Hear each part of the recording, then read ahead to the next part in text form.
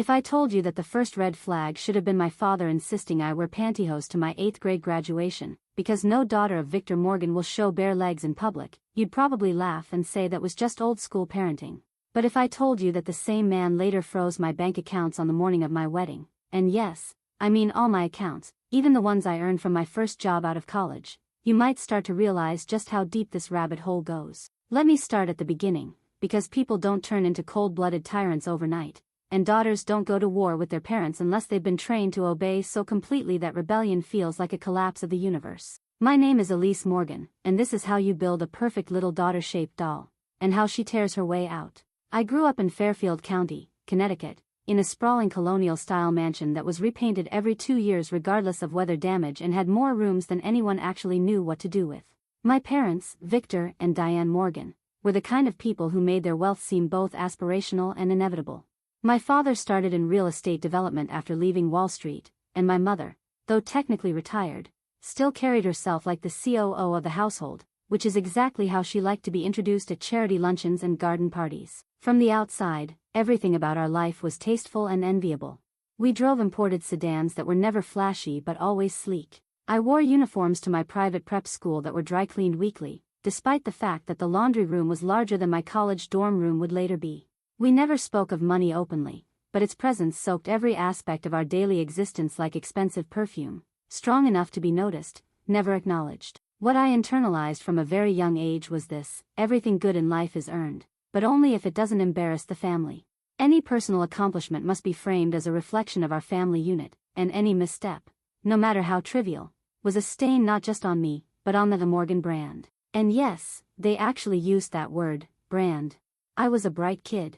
Naturally curious, a strong reader, quick with numbers, and endlessly eager to please. That last trait was, I now realize, the one they valued most. It was certainly the one they rewarded most visibly. I brought home perfect report cards not out of any particular love for math or literature, but because I knew the precise expression on my father's face when he said, "That's my girl," and the warm satisfaction it gave my mother when her friends praised how well-mannered and mature Elise was at their dinner parties. Praise in our household was a rare and curated currency.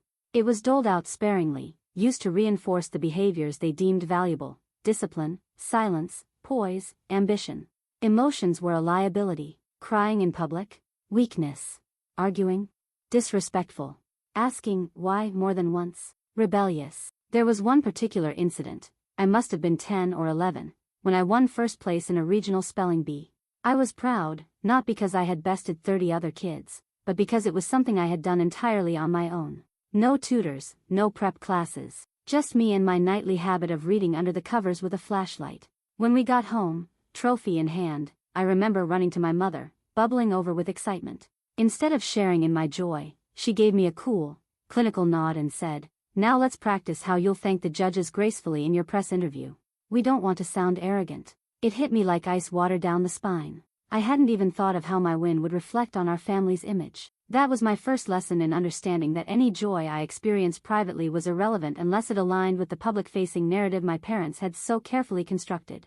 My adolescence passed in a tightly choreographed performance of perfection. Ballet on Wednesdays, debate club on Fridays, SAT prep on Sundays. Every decision, down to my elective courses in high school, was filtered through a silent but ever-present lens of what would make the Morgans proud. And pride, in this context, meant optics, accolades, and alignment with their vision. When college applications rolled around, I was accepted into Columbia, Stanford, and Brown. I had a brief, almost traitorous desire to attend NYU, partially for the freedom of being in the city, but also for the journalism program, something I had secretly dreamed of pursuing. My father laughed when I mentioned it, not in mockery, but in genuine confusion. "Elise, you're too smart to waste your time on soft majors. What are you going to do, write think pieces for The Atlantic?" "No. You're going to study economics at Columbia, and then we'll talk about grad school." I nodded because I always nodded. Because defiance, at that point, still felt like it would cost me everything I'd ever known.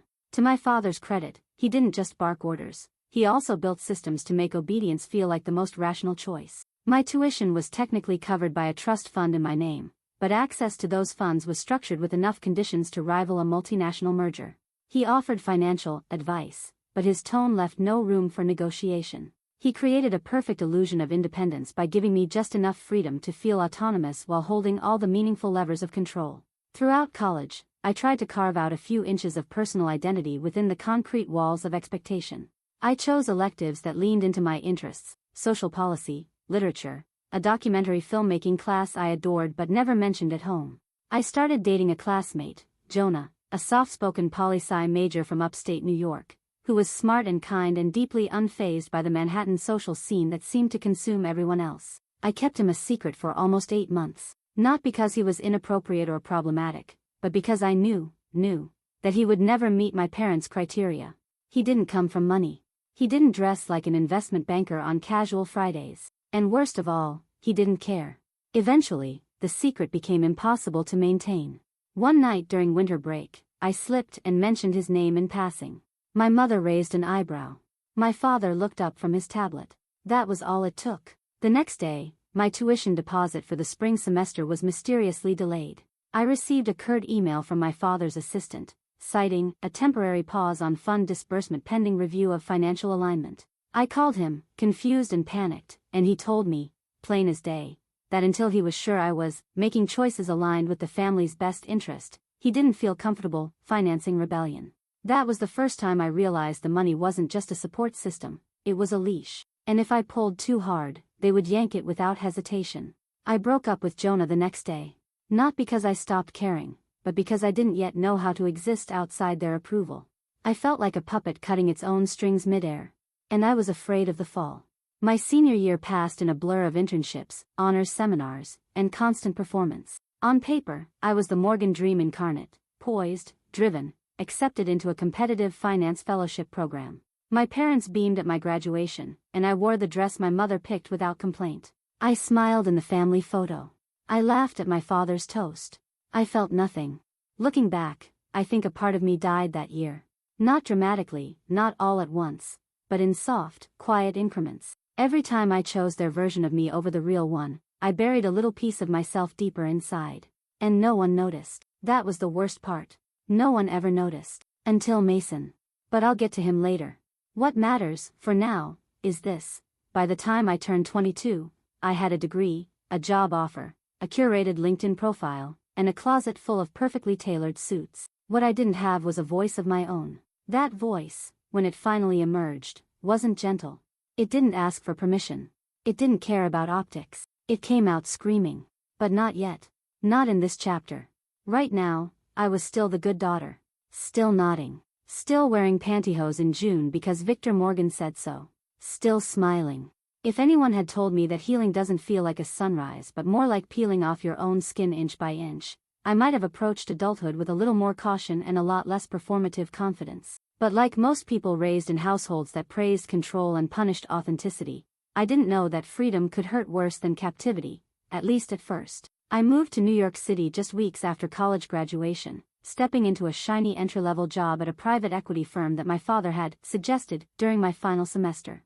On the surface, it looked like a dream scenario: full benefits, strong upward mobility, an apartment in Murray Hill that he helped subsidize through one of the many unofficial family holdings that conveniently masked parental control as generous investment. I told myself it was temporary, that I'd save up, gain experience, and eventually pivot into something meaningful, something that felt like it belonged to me rather than the curated version of myself I had been trained to perform. But months turned into years, and the deeper I sank into the expectations of that world, the more it felt like I was wearing clothes tailored for someone else's body.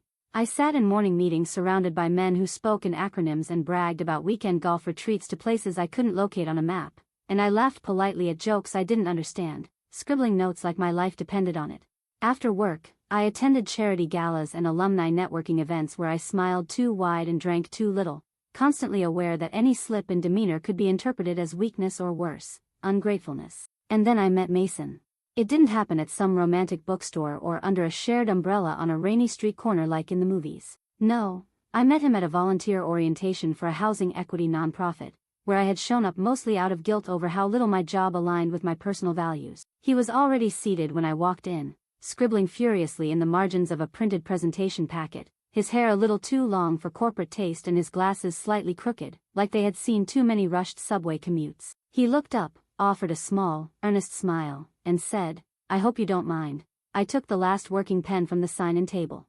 I don't know what it was about that moment, maybe the awkward sincerity, or the quiet confidence of someone who had no idea what it meant to posture, but I felt something uncoil inside me for the first time in years. He wasn't trying to impress anyone. He wasn't measuring his worth against anyone's net worth. He just was. We started seeing each other casually, often under the radar of my social circles, not because I was ashamed but because I instinctively knew that my parents would find fault in his every breath. Mason was the youngest of 3 children from a middle-class Filipino-American family in Queens. He had gone to a state university on a merit scholarship, worked construction jobs to support himself, and eventually earned a master's in architecture after a decade of building things with his hands. He designed affordable housing models by day and played the guitar at open mic nights by night. He lived in a modest walk-up apartment with mismatched furniture, a plant named Dolores, and a coffee maker that made sounds like a dying cat. But here's the thing. Mason made me laugh harder and breathe easier than I ever had in my entire life. With him, I didn't have to calculate every word or curate every gesture. When I told him about my father's obsession with pantyhose or how my mother once lectured me for chewing gum in public, he didn't roll his eyes or pity me. He just listened, intently, without judgment, and then he told me, gently but clearly, "That's not love, Elise. That's training." That word, training, hit me like a freight train. Because he was right. My life had been a series of orchestrated performances, each designed to earn approval or avoid punishment. I hadn't just been raised, I had been conditioned. And once you see the cage, no matter how gilded it is, you can never unsee it. Around that time, I started therapy, something I had always imagined was for people in full-blown crisis, not someone like me who had all the trappings of a successful, stable life. My first session felt like verbal whiplash. I couldn't even name my feelings out loud without apologizing. When my therapist, Dr. Shapiro, asked me what I wanted for myself, I paused so long she had to gently repeat the question. I realized I didn't have an answer. Not because I didn't want anything, but because I had never been taught that my desires were worth articulating. Slowly, painfully, I began to unpack the scaffolding that had been erected around me since birth. I started noticing how often my parents called to check in, but spent most of the conversation steering me toward decisions that aligned with their vision. I paid attention to how my father referred to Mason as, "your little architect friend," and how my mother, in one particularly nauseating moment, offered to set me up with a charming young man from the tennis club whose family owned 4 car dealerships in Westchester.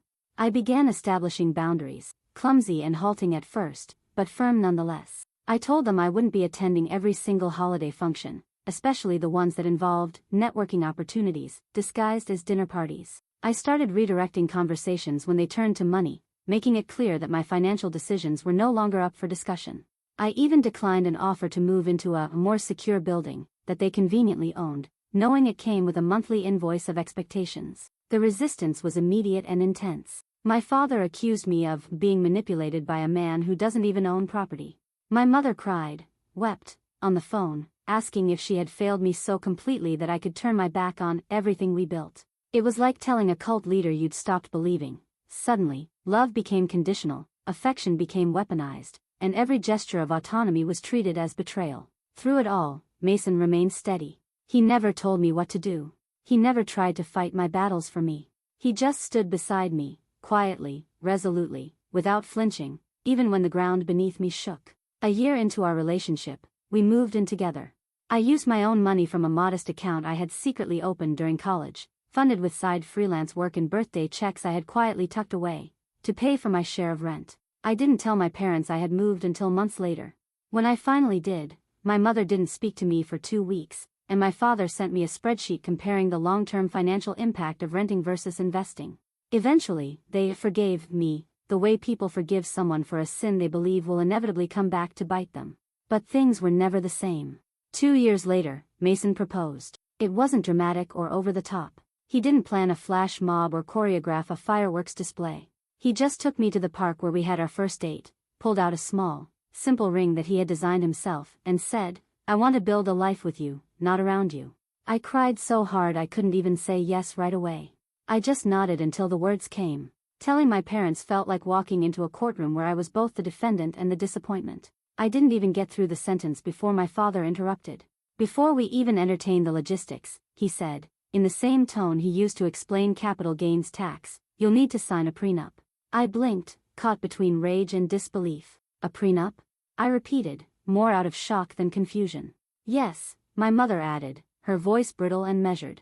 It's standard practice, Elise. We're not saying Mason's after your inheritance, but we need to protect the family's estate. This is how responsible people handle things. Responsible people. There it was again, the implication that responsibility meant control, that love meant sacrifice, and that partnership was only valid if it was monitored by the family council. Then came the coup de grace. My father, with all the subtlety of a sledgehammer, said, "Now, if you're open to it, we could explore some options before locking things in. There's a young man, David Belson, his father's in commodities, great reputation, very stable, already vetted." I don't remember exactly what I said next. I just remember my voice shaking, not from fear, but from fury, and the way my hands clenched at my sides like they were holding on to the last threads of my sanity. I told them I wasn't an investment. I wasn't a trust portfolio. I wasn't some goddamn corporate merger to be negotiated for maximum ROI. I said no. Not just to the prenup. Not just to David Belson.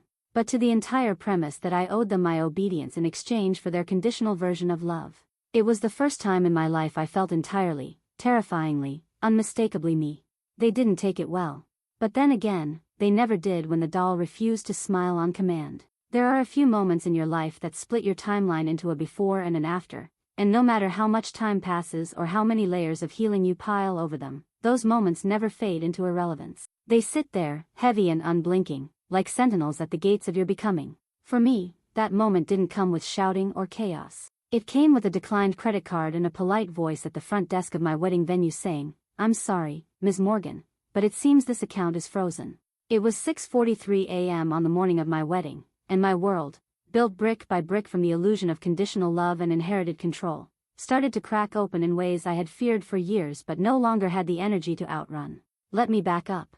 We chose California not because it was flashy or distant but because the vineyard we found in Sonoma felt like a place suspended between sky and earth.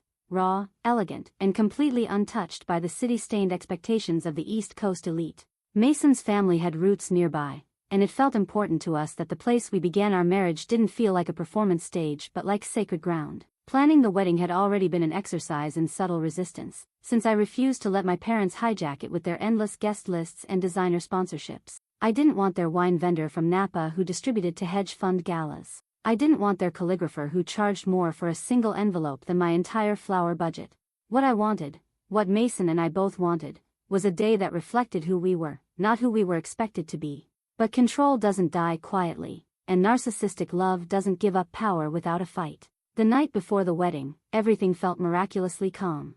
I had a quiet dinner with my maid of honor, and then I spent a few minutes alone under the olive trees near the vineyard's edge, rehearsing my vows aloud to the stars. Mason and I had decided not to do the first look or exchange letters. We wanted everything to be fresh and unfiltered when we saw each other at the altar.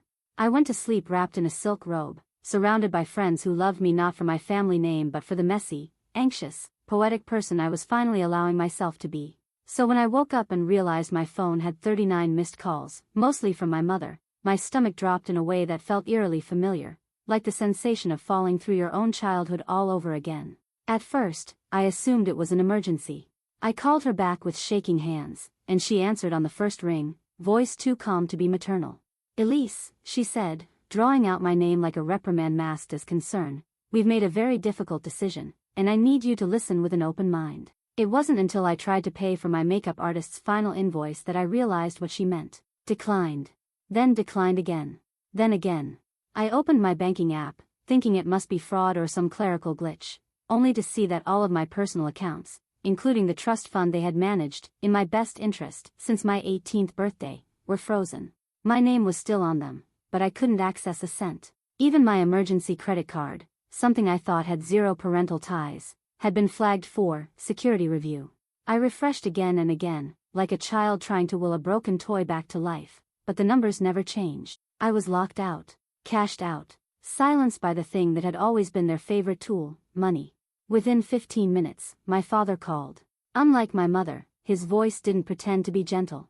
"I want you to think about what you're doing, Elise. You are making a mistake that could ruin your life, and ours." I asked him, voice tight and dry, what exactly he meant by that. "You still have time," he said. "You can postpone the ceremony. Tell the guests there's been a family emergency. We'll restore your accounts, no questions asked, but you cannot go through with this. He didn't say Mason's name. He never did. To say it would be to acknowledge that my love had substance, that my choices had weight. I hung up on him. What followed was a blur of whispered updates and damage control. My wedding planner, bless her, offered to delay vendor payments and even dipped into her own business reserves to keep the morning from collapsing. Mason's parents stepped in quietly, no lectures, no judgment, just quiet offers of help that made me cry more than any betrayal ever could. By the time I stepped into my dress, a dress I had bought in secret, with funds I thought were mine, I felt hollow but resolute. The mirror showed a bride, radiant and poised, but underneath the silk and lace was a woman holding herself together with borrowed dignity and sheer defiance. When the music started and I walked down the aisle, I didn't feel fear. I felt fury wrapped in grace. My parents were there, of course they were, front row, as if nothing had happened, as if they hadn't tried to financially suffocate me 12 hours earlier. My mother wore her favorite Chanel set and looked at me like she was watching a funeral. My father didn't stand. I didn't look at them. Not once. I looked at Mason. And Mason, dear God, Mason, looked at me like I was the only thing in the world that had ever made sense. His face didn't flicker with confusion or anxiety, even though he had been told, quietly, that things had gone wrong that morning. He didn't ask questions. He just reached for my hand, and in that moment, I knew there was no power they could hold over me that would be greater than what we were building together. We said our vows with cracked voices and trembling hands, surrounded by people who had no idea that behind the beauty was a silent war. And when it was over, when the glasses were raised and the dances danced and the sun began to dip below the vines, I excused myself from the reception, walked to the small cottage where my documents were stored, and opened the leather folder my accountant had insisted I bring, just in case. Inside was the paper trail of a small oversight on their part that had become my golden key. My father had, several years prior, made me co-trustee on a retirement trust account, established partly as a tax shelter and partly as a way to prepare me for future wealth stewardship. At the time, it had seemed like a symbolic gesture, more of a vanity role than an actual seat at the table. But like all things in his empire, it was legally airtight, and it gave me authority. What my parents had forgotten, or perhaps never considered, was that I had access, too. I called the financial institution, verified my credentials, and exercised my full rights as co-trustee to initiate a temporary freeze. The account wasn't drained. Nothing was stolen. I simply put a pause on all disbursements and flagged the account for compliance review. I knew it would trigger a chain reaction of inconvenience and fury, but that didn't matter. What mattered was the message. They had tried to remind me who held the power. I had reminded them that power doesn't exist in a vacuum. Back at the reception, I danced with Mason's grandmother and toasted with his siblings. I accepted compliments with a smile and hugged friends who had flown across the country to witness our beginning. I let joy thread itself through the cracks of my broken morning. I didn't tell Mason what I had done until the next day. We were sitting on the patio of our rental cabin, the sky still pink with dawn, my dress crumpled beside us like the skin I had finally shed. I explained it all, how the freeze had hit, how I had responded, what it meant moving forward. He didn't flinch. He didn't warn me. He didn't ask me if I had gone too far. He said, "You did what you had to do. They drew first blood. You just stopped the bleeding." It wasn't revenge. It wasn't spite. It wasn't some melodramatic power play to match theirs. It was the first time in my life I had said, "You don't get to do this to me anymore." Time has a funny way of softening the edges of trauma while never quite dulling the core of it. You stop gasping for breath in the middle of the night, you stop crying in the car on your way to the grocery store, and you even learn how to tell the story without your voice shaking. But beneath the calm exterior, the scar is still there, tender if pressed. The wedding was the moment the dam broke, but it was the years afterward that taught me what real loss, and real clarity, actually looked like. After the freeze, both literal and figurative, my parents did exactly what I expected them to do. They went to war. Not the kind of war that involves screaming phone calls or banging on my front door in the rain, although my mother did, at one point, leave 17 voicemails in a single day, but the kind that was fought with attorneys and accountants and careful legal maneuvers designed to reverse the one moment of autonomy I had finally claimed for myself. What they hadn't anticipated, however, was that I had learned their playbook long before I ever considered playing offense. Every clause in that retirement trust, the one my father had co-created and handed me partial control over in his hubris, had been reviewed by lawyers I'd hired in secret 6 months before the wedding. I had copies of the tax filings, the original documentation of my co-trustee rights, and a dated record of every transaction I hadn't signed off on. I didn't need to steal from them or manipulate their assets. I simply enforced the rules they had assumed would never be used against them. The court didn't side with them. Not because I made an impassioned plea or exposed some family scandal, but because, in the end, the facts spoke louder than their outrage. The trust agreement was legally sound. The freeze was within my authority. The consequences of their actions, freezing my accounts, issuing ultimatums, treating me like property in a bridal gown, were not just emotional, but financial. They had assumed they would always be the puppet masters, never the marionettes. After the verdict was finalized and their appeal was dismissed, my parents were forced to begin a quiet and bitter descent from the financial summit they had ruled for so long. The portfolio that had once been their legacy became frozen capital. Their retirement plans, lavish, curated, and precise, were slowly dismantled. The lake house in Vermont was sold within 4 months. My father's sports car disappeared shortly after, and my mother stopped flying first class without announcing it, which, for her, may have been the greatest tragedy of all. They didn't go broke. Let's be clear, there were still assets, investments, and options, but they were no longer untouchable. They could no longer ignore reality by simply writing a check to silence it. For people who had spent decades mistaking wealth for moral authority, it was a kind of death. The rest of the family didn't handle it much better. The Morgans and the Weatherfords, the tightly wound social web that my parents had spent decades cultivating, closed ranks fast. Word spread, not just within the circles of trust fund brunches and country club galas, but into more subtle corners. Cousins stopped returning my messages, aunts and uncles pulled their kids away from playdates with veiled excuses, and suddenly I wasn't the brilliant daughter who had escaped her parents' expectations. I was the traitor who had turned on her own blood. For a long time, it hurt more than I expected it to. I didn't miss the galas or the insufferable debates about hedge fund trends over dry chicken at formal dinners, but I missed the illusion of belonging. I missed the idea that I could still somehow love my family without sacrificing myself. And most of all, I missed the hope that one day they would love me without conditions. Mason and I relocated to Oregon 3 years after the wedding, partially because of a job opportunity for him at a sustainable architecture firm, and partially because I couldn't breathe in New York anymore. Every block felt haunted by their shadow. Every cafe was a reminder of the daughter I used to be, the version of Elise who was always measuring, always censoring, always smiling for an audience she didn't choose. In Oregon, things felt quieter. The pace slowed. The pressure evaporated. We bought a modest craftsman house with a garden out back and a fireplace that smoked a little too much in the winter, but still became the heart of our home. I took a job with a nonprofit that supported economic literacy for women escaping financial abuse, and in that work, I started to see my story reflected in the eyes of others. Women who had been cut off for leaving their husbands. Women whose credit had been destroyed by controlling fathers. Women who had been told, again and again, that asking for financial autonomy was selfish or reckless. Eventually, someone found my story, someone I had confided in, anonymously, as part of a podcast interview on economic abuse. The host had changed names and locations, but the core of the story was unmistakable. Within weeks, the episode went viral in feminist circles and personal finance communities. I was flooded with messages, not of outrage, but of recognition. Strangers wrote to say they had finally found the language to describe their own families. Survivors thanked me for doing something they had only fantasized about in late-night spirals of despair and frustration.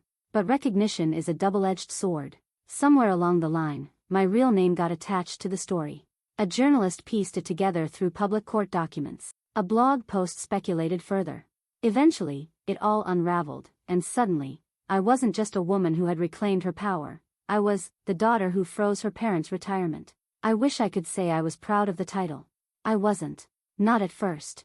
Because with every article that praised me, another one framed me as vindictive or entitled. People debated whether I was justified, whether I was cruel, whether I had crossed some unspoken line. They wondered, out loud, whether I was as bad as my parents for sinking to their level.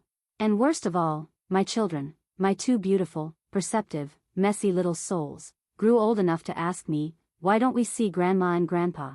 The first time my daughter asked that question, I was loading the dishwasher, hands wet, heart frozen. I sat down on the kitchen floor, still holding a coffee mug, and I told her the truth. Not all of it, not the courtroom battles or the betrayal in a bank account, but the part she could understand. I love them, I said slowly, but they didn't treat me with kindness, and I had to make a hard choice to protect myself. She nodded like she understood more than she let on, and she didn't press. But I knew the questions would keep coming. Therapy, once again, became the lighthouse in the storm.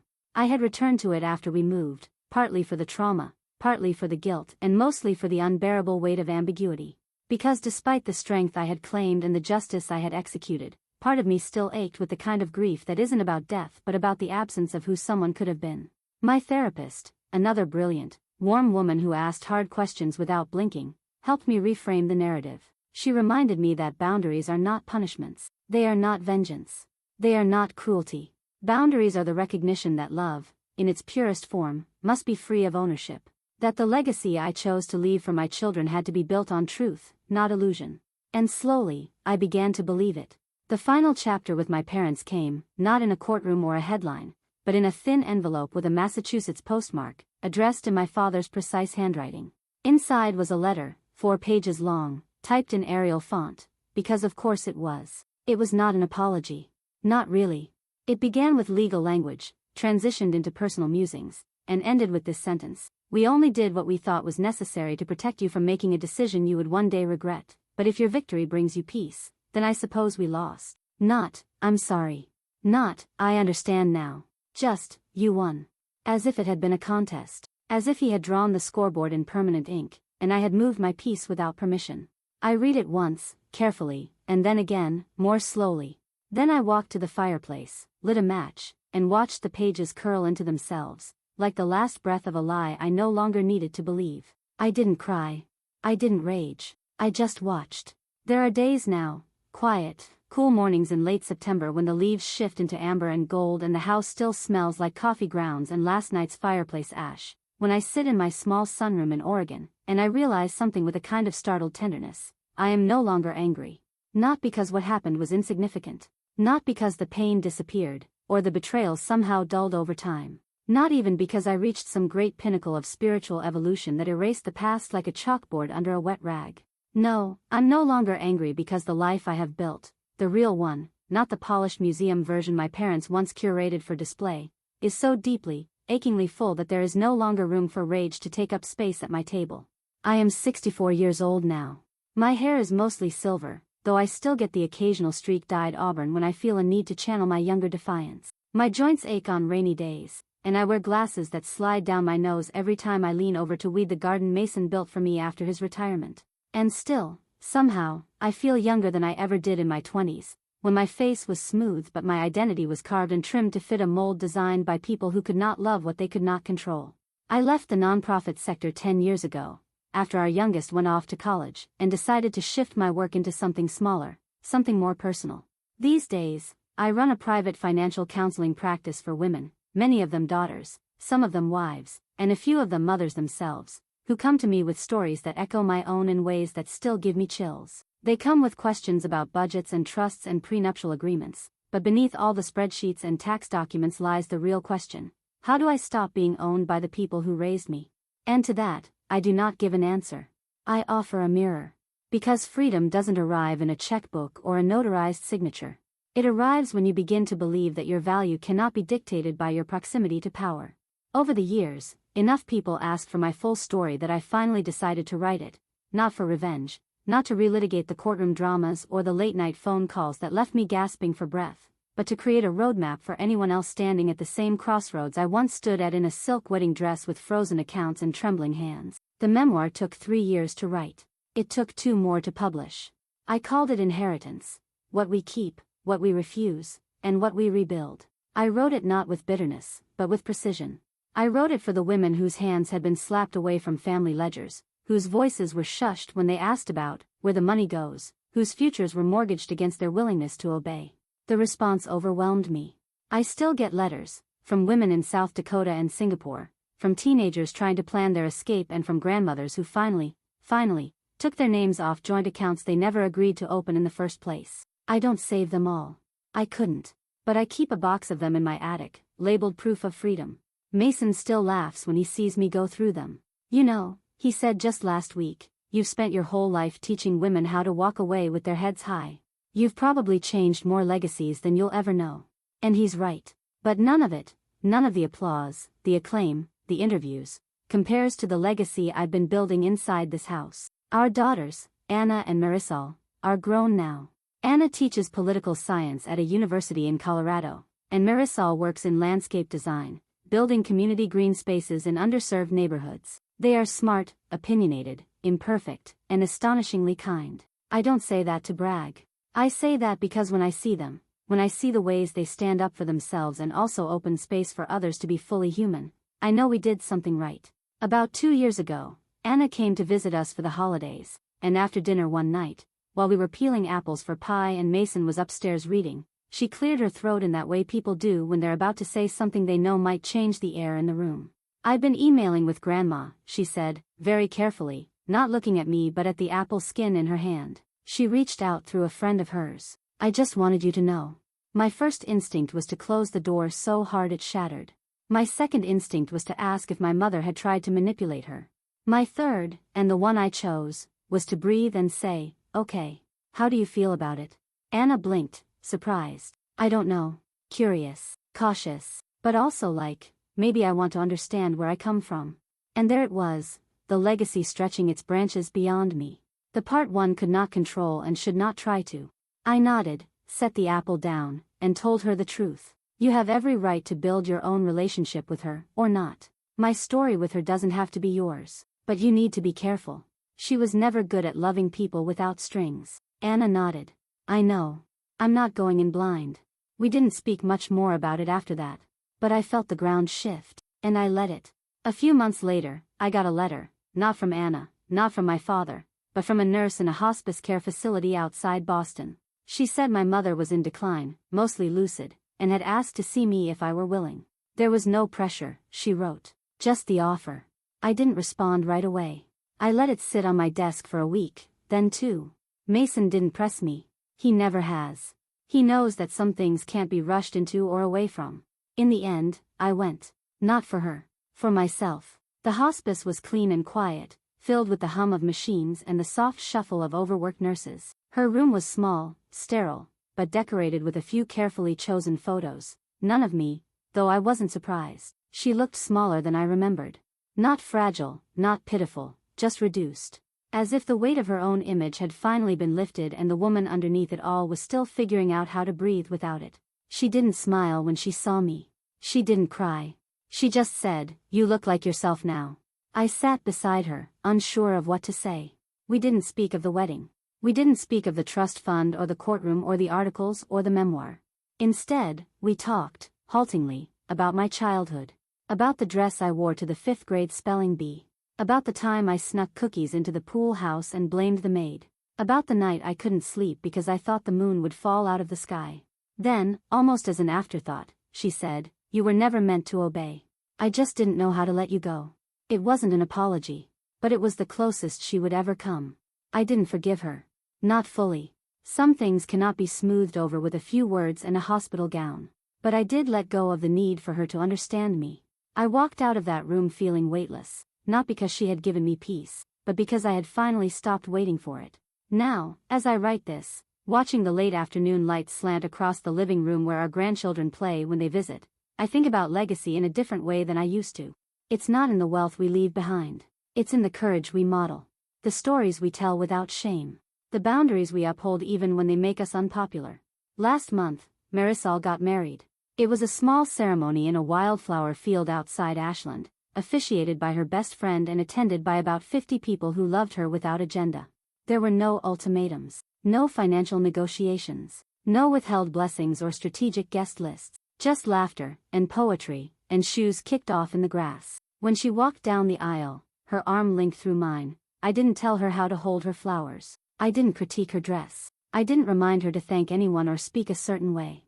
I just said, "You look like yourself." And she smiled the way a woman smiles when she has never been told to be anything else. That, right there, is the legacy. That is the win.